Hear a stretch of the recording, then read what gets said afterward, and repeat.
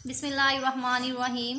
अस्सलाम वालेकुम dear students, how are you? I am Azra Parveen और आप देख रहे हैं चैनल मैथ की दुनिया बाय अज़रा। आज के लेक्चर में हम डिस्कस करेंगे 2.8 एक्सरसाइज का क्वेश्चन नंबर 5। क्वेश्चन नंबर 5 में क्या पूछा है वो देखते हैं कि शो देयर द सेट है हमारे पास 1 omega and omega square when omega cube is equal to 1।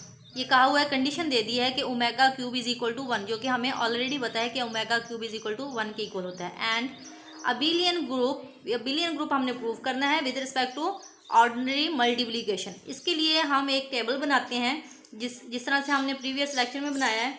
अब देखिए 1 ओमेगा एंड ओमेगा स्क्वायर है, इसको पहले हम नाम दे देते हैं, किसी भी से लेटर से नाम दे देते हैं 1 ओमेगा एंड ओमेगा स्क्वायर। आप कुछ मर्जी दे सकते हैं इसको नाम, मैंने एस का दिया है, ठीक है, मैंने लेट किया है ये। इसके बाद इसका टेबल बनाते हैं। टेबल किस तरह से बनाते हैं? 1 ओमेगा स्क्वायर इस तरह से लिखेंगे, इसी तरह से कॉलम में लिखेंगे 1 ओमेगा एंड ओमेगा स्क्वायर आ गया, ठीक है। तो ये हमने लिख लिया है। अब देखें मल्टीप्लिकेशन का साइन है तो मल्टीप्लाई करेंगे हम, ठीक है। 1 को इस तीनों एलिमेंट के साथ मल्टीप्लाई करेंगे। 1 को 1 से मल्टीप्लाई किया, आंसर आ गया 1। 1 को ओमेगा से किया ओमेगा, 1 को ओमेगा स्क्वायर से किया तो ओमेगा स्क्वायर आ गया, ठीक है। उसके बाद ओमेगा को 1 से मल्टीप्लाई किया तो ओमेगा को ओमेगा के साथ मल्टीप्लाई किया तो ओमेगा और ओमेगा स्क्वायर हो गया, ठीक है। फिर ओमेगा को ओमेगा स्क्वायर से मल्टीप्लाई किया।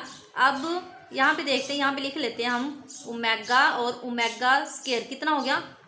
2 और 1 3, ओमेगा क्यूब हो गया। अब ओमेगा क्यूब किसके इक्वल है? 1 के इक्वल है, जो कि हमें गिवन है।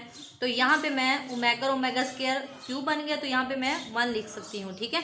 इसके बाद ओमेगा स्क्वायर को 1 से मल्टीप्लाई करेंगे, ओमेगा स्क्वायर आ जाएगा। ओमेगा स्क्वायर को ओमेगा के साथ ओमेगा क्यूब बन जाएगा, ओमेगा क्यूब 1 के इक्वल है। यहाँ पे हो गया ओमेगा क्यूब का आंसर जो है वो 1 आ गया। इसके बाद ओमेगा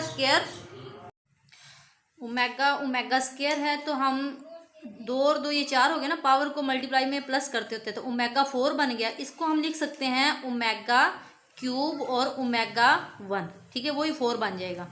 तो ओमेगा क्यूब किसके इक्वल है? 1 के इक्वल है, ठीक है। ये 1 आ गया और साथ आ गया ओमेगा। तो इसका आंसर क्या आया? ओमेगा स्क्वायर का क्या आंसर आया? ओमेगा, यही था ना, ओमेगा स्क्वायर का। इसकी जगह पे हम ये लिख सकते हैं, ओमेगा लिख सकते हैं, ठीक है। ये तो हमने बना लिया है टेबल। अब हम क्या करते हैं, अबिलियन ग्रुप प्रूफ करना है। अबिलियन ग्रुप के लिए 5 प्रॉपर्टी का होना ज़रूरी है। Closure property, associative property, identity, inverse और साथ 4 प्रॉपर्टी के साथ कोमोटेटिव प्रॉपर्टी का होना ज़रूरी है, ठीक है। अगर ये 5 की 5 प्रॉपर्टी होल्ड कर जाए तो फिर हमारे पास ये अबिलियन ग्रुप है, ठीक है। तो इसके लिए हम प्रॉपर्टी को होल्ड करवाते हैं जी। तो स्टूडेंट्स हमारे पास है क्लोजर प्रॉपर्टी, देखते हैं सेटिस्फाई होती है या नहीं होती। जैसे कि हमने यहाँ ऑलरेडी सेटिस्फाई किया हुआ है। देखें क्लोजर प्रॉपर्टी का मतलब क्या है कि कोई से 2 एलिमेंट लेने हैं इस सेट के अंदर से, कोई से भी 2 एलिमेंट जो कि इस सेट के अंदर से बिलोंग करते हो, इसी सेट में 1 लेंगे ओमेगा या ओमेगा स्क्वायर, कोई से 2 एलिमेंट, ठीक है। और फिर इन दोनों का मल्टीप्लाई है ना, तो हम मल्टीप्लाई ही करेंगे। इन दोनों का मल्टीप्लाई करें ए और बी और आंसर आए वो भी एस में से ही आए। एस ये वाला सेट है, ठीक है, एस में से ही आना चाहिए। कोई भी हम ले लेते हैं, 1 ले लें और 1 के साथ ओमेगा या ओमेगा स्क्वायर ले लें, ओमेगा ले लेते हैं, ठीक है। ओमेगा जो कि दोनों किस में से बिलोंग कर रहे हैं? इसी सेट में से बिलोंग कर रहे हैं। ओमेगा को 1 से मल्टीप्लाई करेंगे तो आंसर क्या आ जाएगा? ओमेगा आ जाएगा, जो कि ओमेगा भी हमारे पास किस में बिलोंग कर रहा है? इसी सेट में से। कोई भी एलिमेंट ले सकते हैं, लेना इन तीनों में से ही, ठीक है, यही एलिमेंट। तो ये क्लोजर प्रॉपर्टी जो है वो होल्ड कर गई है। सो हम लिखेंगे S is closed with respect to multiplication, ठीक है, with respect to multiply. It is clear from table, ठीक है। ये कहा गया है कि जो क्लोजर प्रॉपर्टी है इसमें क्लियरली हमें नज़र आ रहा है कि यहाँ पे क्लोजर प्रॉपर्टी होल्ड कर रही है, क्योंकि हमने यहाँ से मल्टीप्लाई करके देखा था हर एलिमेंट को इसमें से, ठीक हो गया।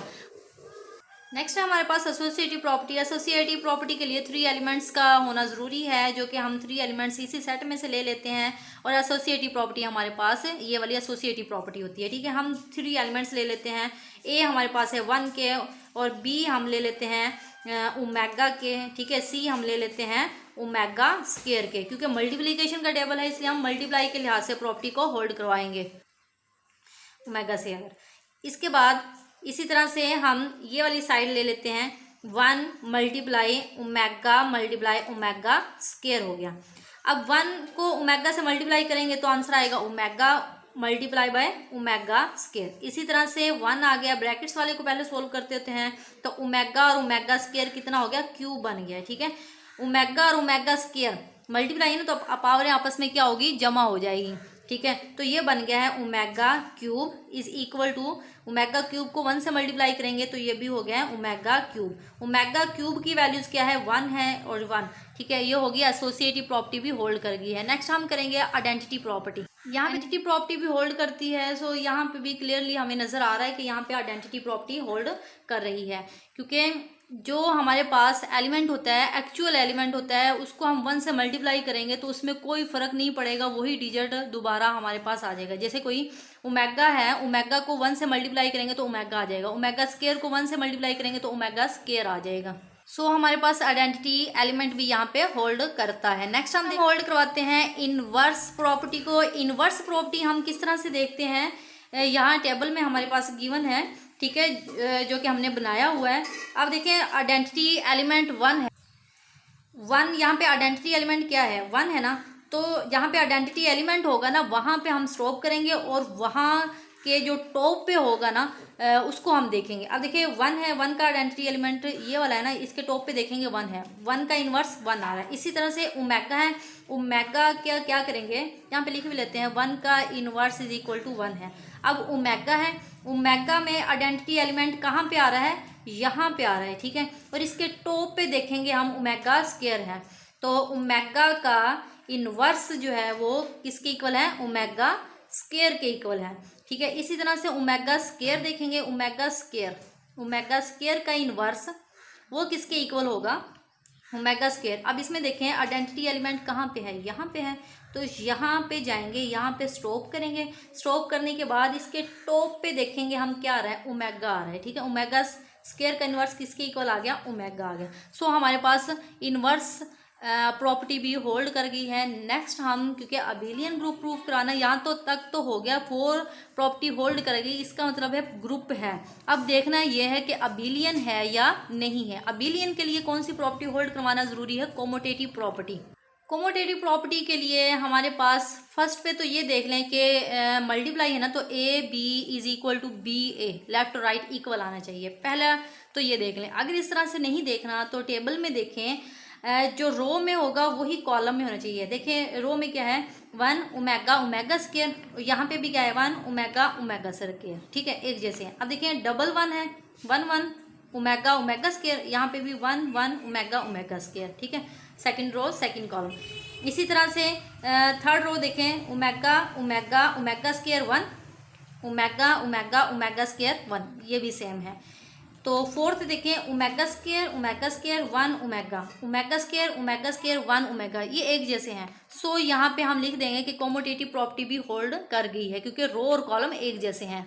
ये तो स्टूडेंट्स 5 की 5 प्रॉपर्टी होल्ड कर गई है, तो अबेलियन के लिए यही कंडीशन थी कि ये 5 प्रॉपर्टी होल्ड करनी चाहिए। सो हम लिख देंगे, सो एस जो है, एस सेट है ना, सो एस इज अबेलियन ग्रुप। ये था हमारा क्वेश्चन नंबर 5। नेक्स्ट हम करेंगे क्वेश्चन नंबर 6 को करेंगे। क्वेश्चन नंबर 6 है, if G is a group under operation. उसने पहले ही हमें कंडीशन दे दी है, पहले ही बता दिया कि जी जो है वो ग्रुप है अंडर मल्टीप्लिकेशन में ए बी कोई से भी डिजिट है जो कि जी में से बिलोंग करते हैं। फिर है find the solution of the equations. इस इक्वेशन का सॉल्यूशन फाइंड आउट करना है। इक्वेशन भी हमारे पास गिवन है, A star X is equal to B, X star A is equal to B, जो कि हमारे पास इक्वेशन गिवन है। ये 2 इक्वेशंस हैं। अब देखें हमने क्या करना है, A star X is equal to B है ना यहाँ पे, तो ए इनवर्स पे इस साइड पे भी मल्टीप्लाई कर देंगे और इस साइड पे भी मल्टीप्लाई कर देंगे, ठीक है।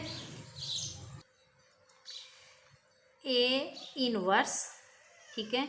अब देखें एक्स की वैल्यूज़ निकालने के लिए अगर सिंपल सी इक्वेशन होती तो हम डिवाइड कर देते दोनों साइडों पे ए को, ठीक है। अब ये सिंपल इक्वेशंस नहीं है जो कि हमारे पास ग्रुप है, और ग्रुप में हम कभी भी डिवाइड नहीं कर सकते, इसलिए दोनों साइडों पे इन्वर्स लेंगे।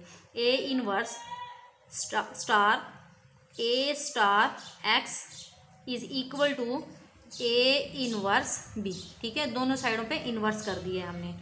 अब एसोसिएटिव प्रॉपर्टी, अब देखें एसोसिएटिव प्रॉपर्टी है ना यहाँ पे, हम इसको एसोसिएटिव प्रॉपर्टी के तहत ही इसको ऐसे लिख सकते हैं ए इन्वर्स, ये एंड वाली पे ब्रैकेट हम स्टार्ट वाली पे ब्रैकेट डाल सकते हैं, A star X is equal to A inverse B. A inverse A जो कि हमें पता है जो आइडेंटिटी के इक्वल होता है, ठीक है, E identity star X is equal to A inverse B, ठीक है। इसके बाद जब हम एक्चुअल एलिमेंट को किसी आइडेंटिटी एलिमेंट के साथ मल्टीप्लाई करते हैं तो हमारे पास एक्चुअल एलिमेंट में कोई फ़र्क नहीं पड़ता, वही एक्चुअल एलिमेंट हमारे पास आ जाता है, ठीक है। अब आइडेंटिटी एलिमेंट को एक्स के साथ मल्टीप्लाई करेंगे तो आंसर आ जाएगा X is equal to A inverse B. So हम लिख सकते हैं कि A inverse star B is solution है, जो आंसर आया ना ये वाला A inverse star B is a solution of, क्या कौन सी इक्वेशन का सोल्यूशन है, इस इक्वेशन का सोल्यूशन है। सो हमने ये इक्वेशंस सोल्व कर दी है। इसी तरह से अब ये इक्वेशन सोल्व करेंगे, इसमें बस माइनर सा डिफरेंट है, यहाँ पे ए स्टार्ट में था और यहाँ पे ए इसके बाद एक्स के बाद आ रहा है, ठीक है। इसमें भी दोनों साइडों पे ए इनवर्स को मल्टीप्लाई करवाएंगे, डिवाइड हम नहीं कर सकते क्योंकि ग्रुप के अंदर डिवाइड हम बिल्कुल भी कभी भी नहीं कर सकते हैं, ठीक है, पॉसिबल नहीं है। अब यहाँ पे क्या करेंगे, ए स्टार एक्स स्टार ए, यहाँ पे भी स्टार ए को इन्वर्स करवा देंगे और इस साइड पे भी स्टार ए इन्वर्स करवा देंगे, ठीक है। इसके बाद जैसे कि एसोसिएटिव प्रॉपर्टी होल्ड कर रही है तो इसको हम ऐसे लिख सकते हैं, एसोसिएटिव प्रॉपर्टी को मद्देनजर रखते हुए A star A inverse is equal to B star A inverse, ठीक है। अब ए और ए इनवर्स किसके इक्वल होता है, आइडेंटिटी के इक्वल होता है, तो हम लिख सकते हैं एक्स स्टार आइडेंटिटी, ठीक है, is equal to B star A inverse. अब एक्स को आइडेंटिटी के साथ मल्टीप्लाई करेंगे तो एक्स आ जाएगा, X is equal to B star A inverse. So हम लिखेंगे कि B star A inverse is a solution है, किसका सोल्यूशन है, कौन सी इक्वेशन है हमारे पास, सोल्यूशंस ऑफ ये वाली इक्वेशन, ठीक है, इसका सोल्यूशन है इस चीज़ का। तो एक्स स्टार ए का इज इक्वल टू बी, इसका सोल्यूशन है। सो हमने ये क्वेश्चन भी प्रूव करवा दिया, सोल्व कर दिया है।